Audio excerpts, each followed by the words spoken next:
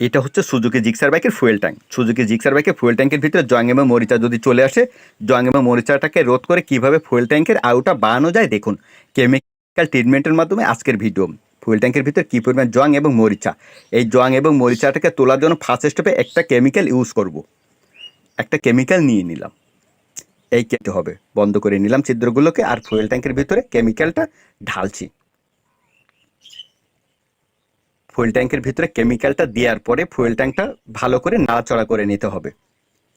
জং এবং মরিচা ট্যাঙ্কির ভিতরে সমস্ত সিটি আছে, এটাকে ভালো করে নাড়াচড়া করে নিতে হবে যেন কেমিক্যালটা ফুয়েল ট্যাঙ্কের ভিতরে সমস্ত জায়গায় যায়। যাওয়ার পরে এভাবে একটু পানি ইউজ করতে হবে, অল্প একটু পানি ফুয়েল ট্যাঙ্কের ভিতরে দিতে হবে, কেমিক্যালের সাথে মিক্স হয়ে যাবে।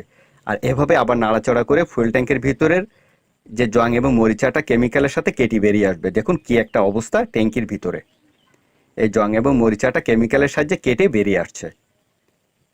তো এই ট্যাঙ্কি থেকে কেমিক্যাল দিয়ে এভাবেই জং এবং মরিচাটা বার করে নিতে হবে। তারপরে পর্যাপ্ত পানি ইউজ করতে হবে ট্যাঙ্কির ভিতরে, সাথে বেকিং সোডা ইউজ করতে হবে যাতে কেমিক্যালের রিয়াকশানটার জন্য ট্যাঙ্কির ভিতরে সিটিতে লেগে না থাকে। এটাকে এভাবেই তুলে নিতে হবে। বেকিং সোডা এবং পর্যাপ্ত পানি ইউজ করে ট্যাঙ্কির ভিতরটা ক্লিন করে নিতে হবে এভাবে। এই ট্যাঙ্কির ভিতরে থেকে পানিটা বাইর করার পরে এখানে হাওয়া দিতে হবে এবং রৌদ্রে ট্যাঙ্কিটা রাখতে হবে। রাখার পরে ভালো করে শুকায় নিতে হবে। তারপরে যেটা করতে হবে দেখুন ভিউয়ার্স, ট্যাঙ্কির ভিতরটা সুন্দর করে শুকায় নিলাম হাওয়া এবং রৌদ্র দিয়ে। দেখুন এখানে একটা প্রাইমার কোট নিয়ে নিলাম। প্রাইমার কোটটা এভাবে ইউজ করতে হবে। প্রাইমার কোটটা দেওয়ার পরে আউটসাইডে যেখানে লাগবে না সেখানে তুলিশিং দিয়ে এভাবে ব্রাশিং করে নিতে হবে প্রাইমার কোটটা।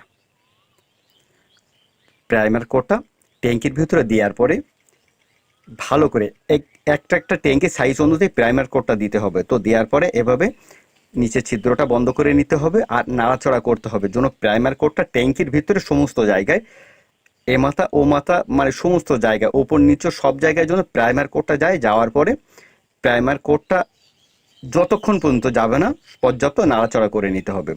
তো ভিউয়ার্স, আপনার বাইকে যদি এই প্যারা হয়, জং এবং মরিচা চলে আসে, তাহলে আপনি এভাবেই ট্যাঙ্কিটা ক্লিন করে একটা প্রাইমার কোট করতে পারেন।